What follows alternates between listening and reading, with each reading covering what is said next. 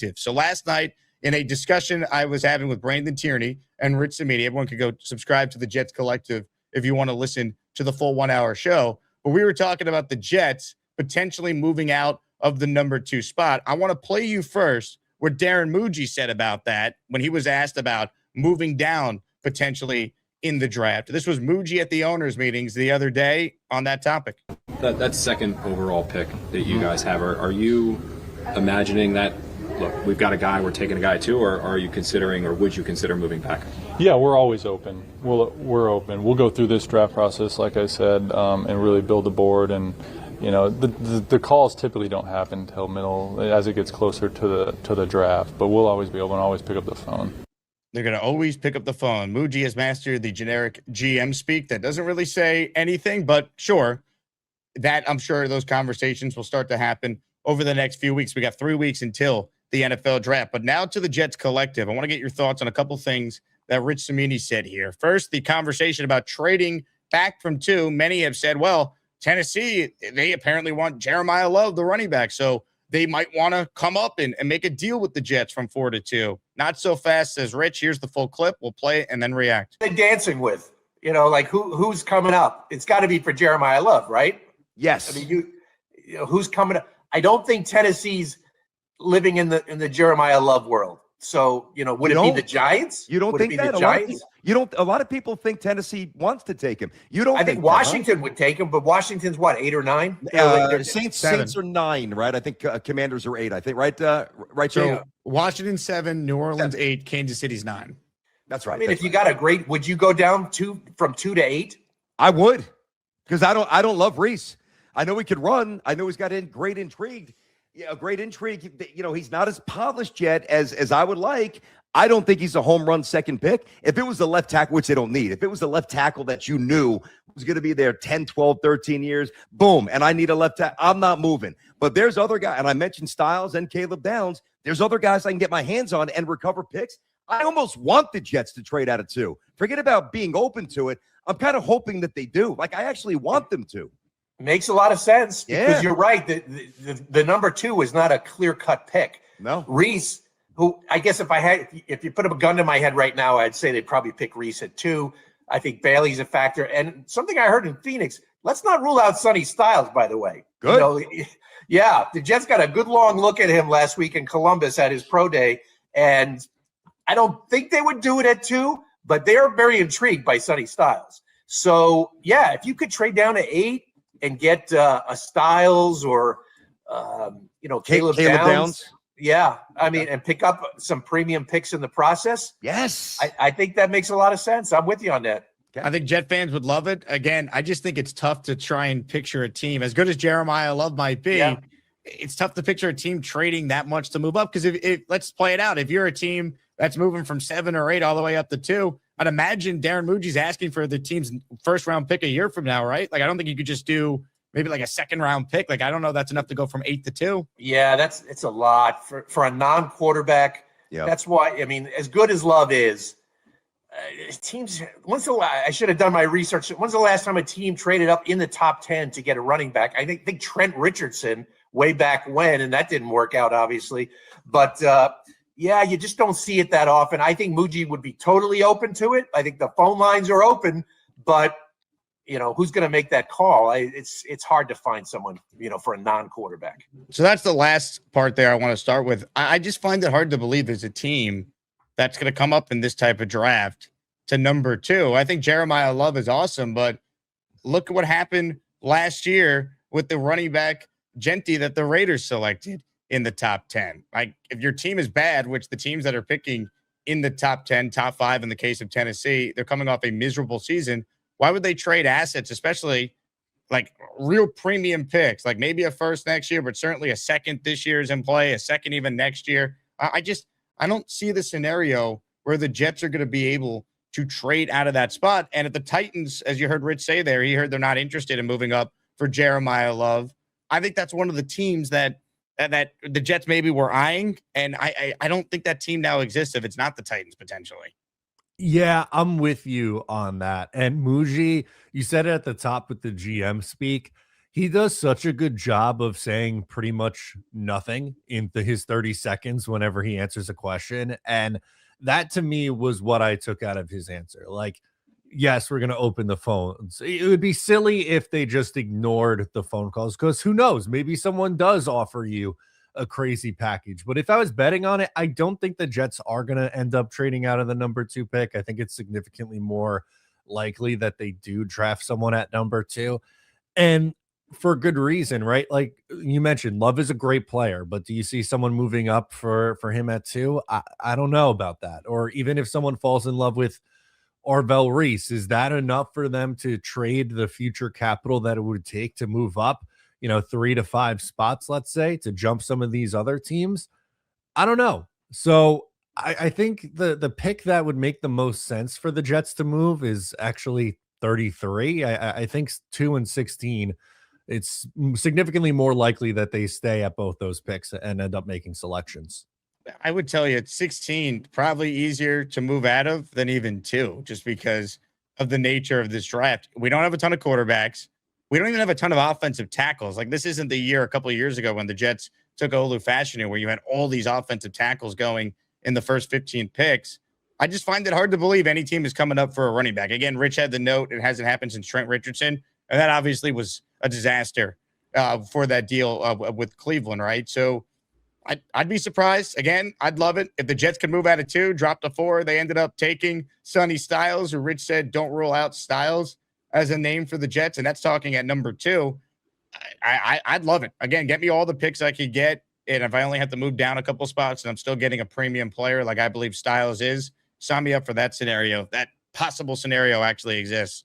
We are now presented by a brand new sponsor. PrizePicks is the presenting sponsor of the Jake Asman Show going forward. Super pumped about this partnership. PrizePicks not only sponsors the Jets Collective that I host every week with Rich Cimini and Brandon Tierney, but they made me an offer I couldn't refuse. I've come on board to the PrizePicks team, and this is going to be a lot of fun for our content in the offseason, like right now, and certainly for our content once the Jet season gets rolling. If you're not familiar with PrizePicks, there's no better time to learn all about it. They have every single sport that you can have different picks on. And look, if you're a New York sports fan, if you're just a sports fan in general, PrizePicks needs to be your go-to. Here's what you could do.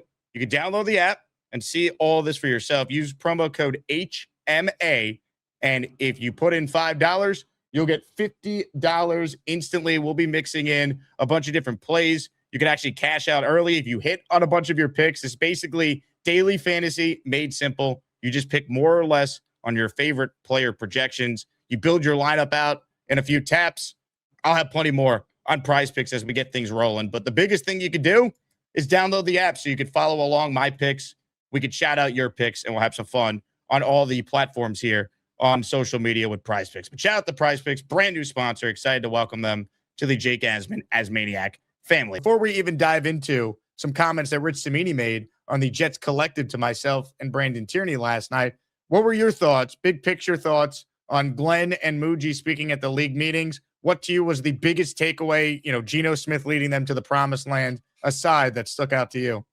Yeah, it's unfortunate that there was so many other good quotes and things to take out of it. And of course, everybody has to run with that one because it is the most headline generating one. It is the one that makes you stop dead in your tracks when you're listening to the stream of the post or the presser. And you're like, wow, did you really have to say that? And I understand he kind of like threw it into the middle of his sentence, but it is going to catch the most headlines. To me, I like the way that he talked about the versatility, both on the edge rusher position and at the safety position. He was asked specifically about Arvell Reese, but he just brought up a player like Danielle Hunter, who's currently in the league. And then he brought up Minkah Fitzpatrick and talked about him and his versatility. So I did like the nitty-gritty questions that he answered from a football like traits perspective and a scouting perspective, because that's where his background comes from, right? He was a scout before he was a coach, and you can kind of see that oozing out of him, and he likes getting into this process and going on the road. And then my other takeaway, which I thought was funny, and I'm surprised, like I haven't heard anybody talk about this, but when he joked about him and Muji, like, and their feet like touching on the plane, and then they kind of like got into a little back and forth about like, don't touch my foot like that. So it's kind of the human moments of it where they're like tapping out of football, talking about life and their wives and children, and that little human moment of it that I thought was cool too, because we haven't heard that side of Aaron Glenn before. And that was one of the things that we kind of kill him about, is how he conducts himself at the podium in front of the media. And it kind of felt like a peeled back, more laid back kind of guy. And his shirt was a little unbuttoned. It was a nice little, dress shirt. So it was a different AG.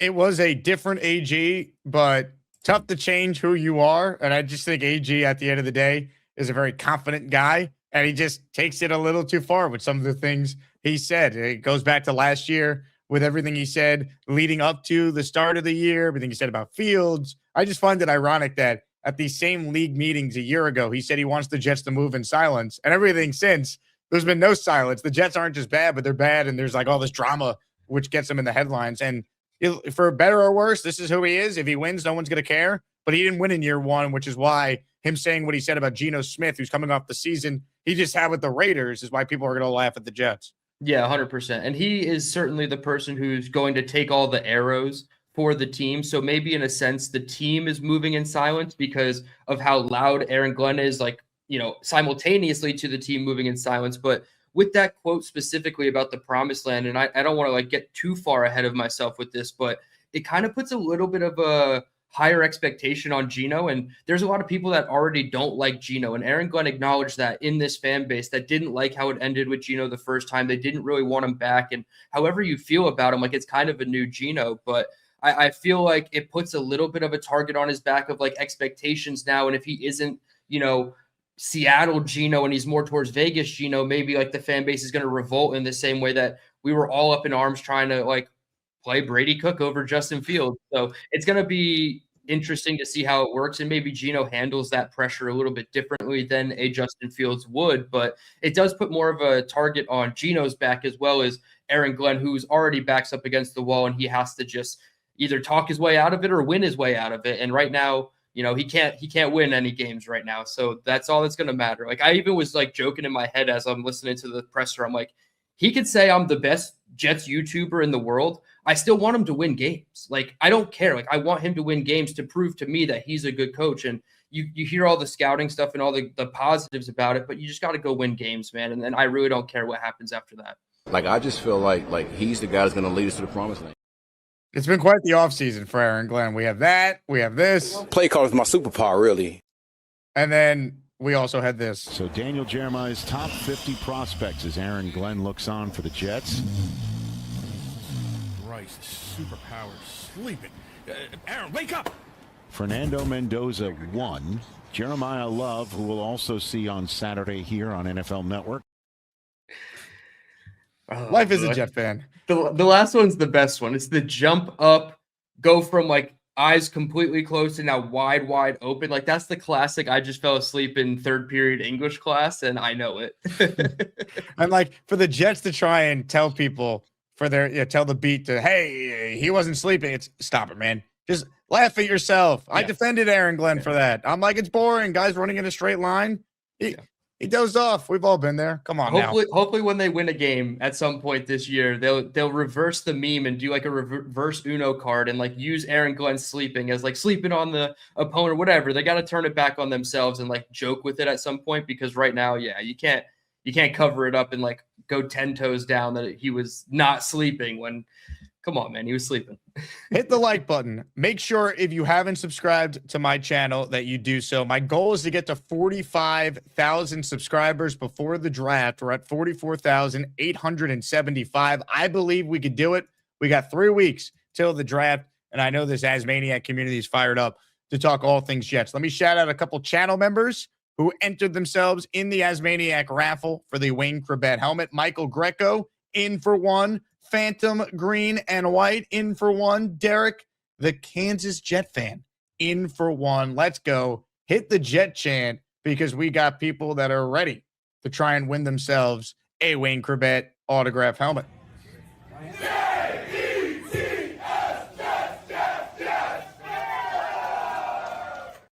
Say thank you if you got a membership from either Phantom or Derek, the Kansas Jet fan. Shout out to Maurice, who's been a channel member for 29 months. He says, Jake, just wanted to let you know that I'm still here for you at least. Go Jets. Well, I appreciate that, Maurice. I know a lot of Jet fans just stopped following the team by the end of last year. And like you really only have like the true diehards who are locked into like daily Jets programming 3 weeks out from the draft. Because now that we're past that first wave of free agency, we've had the league meetings. You're really just talking about the diehard Jet fans who are living and dying with every report, every rumor, because the casual fans are just like, let me know who they draft is what it is. Yeah. They take Ty Simpson. Maybe I'll be locked into OTAs again.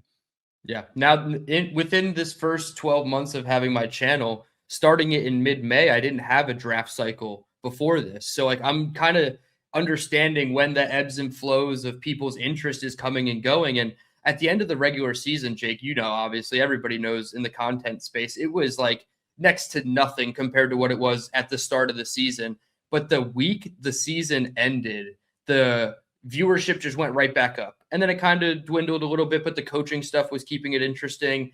And then we had another big spike now because the draft is coming back up and the combine and everything. So we're riding a nice little combine wave. And once that draft comes around, I'm excited just like you. Hopefully I hit the 2,000 mark and it'll be soaring because that's when Jets fans have the best time and have that most opportunity to be opportunistic and like optimistic, so I'm excited for the draft. But DT, I could answer that question very easily. Why no AJ Brown? Because if you're that upset playing on the Super Bowl champion Eagles, how are you going to handle playing on the 4-win New York Jets, whose coaching staff is on fire and whose quarterback is going to be under intense scrutiny if he doesn't perform? That would be a terrible idea, because even if you could get him at a discounted rate, maybe it wouldn't cost you a 1 because he's a little older and, he's disgruntled, all that. The Jets and AJ Brown, we could rule that out quickly before we get to the other notable stuff that Rich Cimini said there. That's going to play out about as beautifully as Hassan Reddick with the New York Jets. He'll probably play more games, but like they will need to wheel out a 4-shelf bookcase for AJ Brown to read books on the sidelines with the Jets. If he's reading books with the Eagles and they're contending for Super Bowls year in and year out, and the Eagles certainly have their own dysfunction, but the Jets is a different level. So of the other names, I mean, there's plenty of guys that I like. Obviously, we've talked about BTJ a lot, but there's a lot of other guys on that list. I like Dontavian Wicks. I don't mind Rashad Bateman. He's a little too old for me. I would say he's third on my list, and then Quentin Johnston is fourth. But can I throw out a fifth name, a sneaky name? Troy Franklin or Marvin Mims from the Denver Broncos. Now that they have Jalen Waddle in-house and they have to pay him and they have Cortland Sutton, now you have Marvin Mims and Troy Franklin. So you're either going 4 deep with 2 small slot types, or you can shift one of them over to the Jets and get it like a, day 4 or day 3 pick, round 4 pick back in exchange. So I don't know. I kind of like Dontavian Wicks because he's a wide receiver 4. You know what he's getting. He's pretty explosive. He's a downfield player. He's kind of the mold of A.D. Mitchell, but not quite. Like he's not as explosive as A.D. Mitchell, in my opinion, but he's a good solid 4, whereas BTJ would be your 1B. And then Rashad Bateman's probably your 3, maybe, because he's kind of getting up there in age. Like he hasn't produced much because the Ravens just are not a prolific passing offense. And then Quentin Johnston, I don't know, man. I saw a meme a couple of years back. It's like, catch a pass or go to the moon, and it's Quentin Johnston in NASA gear. So, like, I don't know if I want Quentin Johnston a ton. I know he's gotten better over the years, but I don't know. Just keep him there because he's probably going to come with a price tag similar to BTJ being a former first-round pick. And I don't think the juice is worth the squeeze there if I can get a guy like BTJ. And if not, I'm going for, like what Rich said, a lower level day 3 pick trade. Like we're trading a 5th round pick for Dontavian Wicks. Like I'm cool with that. And then you still draft one in the high end of the round. Like could be 44, right? We could wait till 44, see how the board falls and possibly get a guy, but it doesn't have to be forced at 16, but they got to figure it out. And to the point of people saying, well, what is he supposed to say with AG and the promised land quote, which I don't agree with? What are they supposed to say in terms of the wide receiver room as it's currently constructed? They can't say anything other than they like it. They're the ones that constructed it. So it's kind of a catch-22 because we know they're going to take a wide receiver. It just we don't know at what point. I think that's fair. BTJ, would you be willing to trade pick 44 straight up for that player? Cimini said he would not. BT and I both said we would. I would. I wish that we could get a 5th round pick back. But again, like we're asking for, a throw in kind of dart throw pick at the end of the day. But I think that would be like my firm max is 44 for BTJ. Like I still think you could get a little bit something back, like a 6th rounder even. But yeah, I would go 44 straight up for BTJ. You're not getting a wide receiver like that at 44 or probably 33. So if you can't get one at 16, I don't think even Omar Cooper is BTJ. I would have to say it's Tyson, Lemon, and Tate, and only those 3 in this class that are better than Brian Thomas, in my opinion. Plus, you've seen it at the NFL level. You've only seen it at the college level with these guys. So, yeah, down year for BTJ is probably what those guys are going to give you in their rookie year. But BTJ in his 3rd NFL season, he could probably go back over 1,100 yards. Look, the concern with BTJ is why is a guy who is as good as he was as a rookie available? Rich had some good nuggets that he heard from people with the Jaguars, that he was afraid to go over the middle, that it was a problem. But all right, you know what?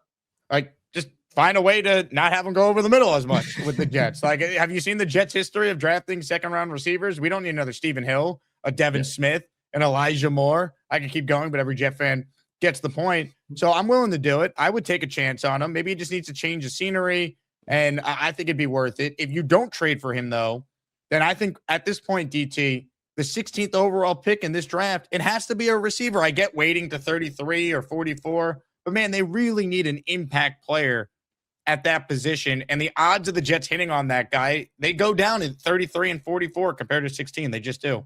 Yeah, and it makes me nervous because I have like a rough top 7 of wide receivers, and it's Lemon, Tate, Tyson, a bit of a tier break, Omar Cooper kind of floating in the B tier by himself, and then C tier would be Concepcion, Bernard, Boston, and then I think there's a 7th one. I can't do math, but at one point or another, you have to decide at 16, is it worth it or not? I don't know if, to me, Omar Cooper, like I would take Ty Simpson over Omar Cooper if they were the 2 best options available at 16, whereas Jordan Tyson I would take over Ty Simpson. So that's kind of the line for me is Omar Cooper. I'm not as high on him as everybody else, but I understand what he can do.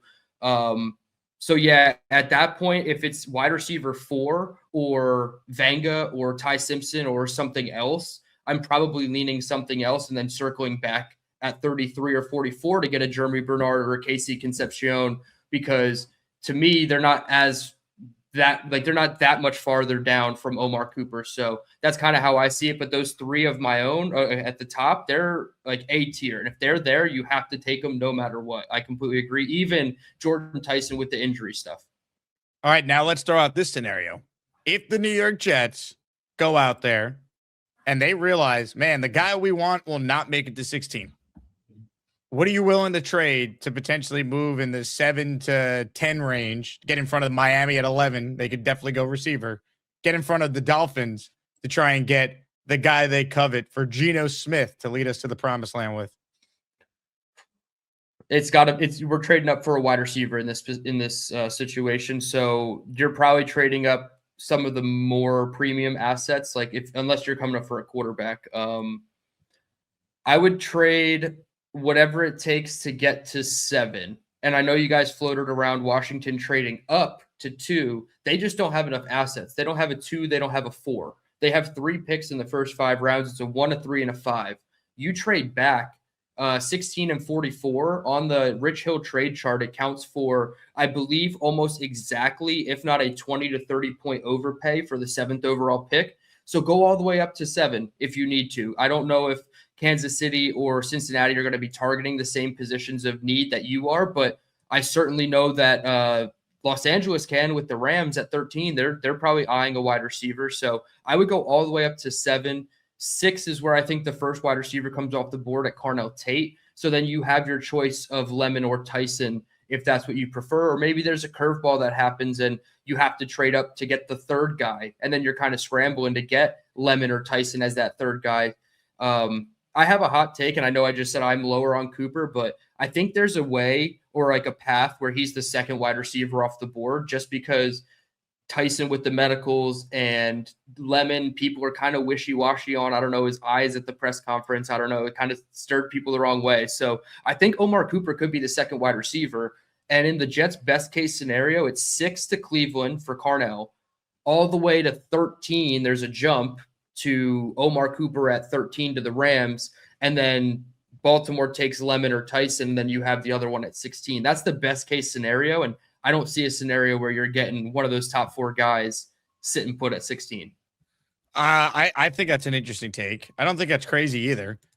My big thing is if they don't want to move up because they're like, we have too many needs, and they get to the spot at 16 where let's say it's Jordan Tyson who's there and Kenyon Sadiq is their next highest graded like pass catcher, who are they going with in that scenario? Would they take Sadiq, who's a big wide receiver-esque in this offense, and he'd play, he wouldn't play a traditional tight end role. He'd be more of like a big slot, and Mason Taylor and 2 tight end sets would be the inline guy? Or would they just say, man, we know there's some concerns with Tyson, but we think that he's just too good to pass up? I wonder what they would do if that's the scenario that plays itself out.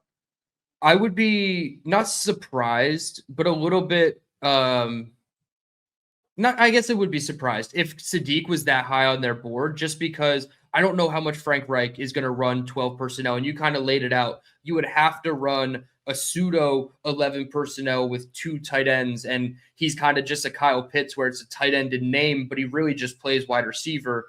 And when you go to your 12, like your true wing sets where it's 2 tight ends attached to the line of scrimmage, maybe you bring on Jeremy Ruckert for that role. Not saying Kenyon Sadiq can't do it, but yeah, big slot is probably the role you would have to play him in. If I'm remembering the Frank Reich offense correctly, it's like 78% 11 personnel. So he doesn't like the 2 tight end sets, whereas Engstrand had a lot more 2 tight end sets to begin the season, right? That was their bread and butter, was 12 personnel going under center, trying to run the ball. So it is going to be a difference in schematic opinion, but I still lean Jordan Tyson because I think his upside with Tyson, if he stays healthy, and I know you brought up the example of JSN with the hamstrings, right? Like he had those concerns and then they kind of went away because he stayed healthy in the NFL. There's other injuries with Jordan Tyson, but I would still lean the wide receiver, but you get very exotic with those Kenyon Sadiq, Mason Taylor packages for sure. Hey, here's the deal. Just got no chance unless you click on that like button. And you got to make sure you subscribe to the Jake Asman Show. You don't,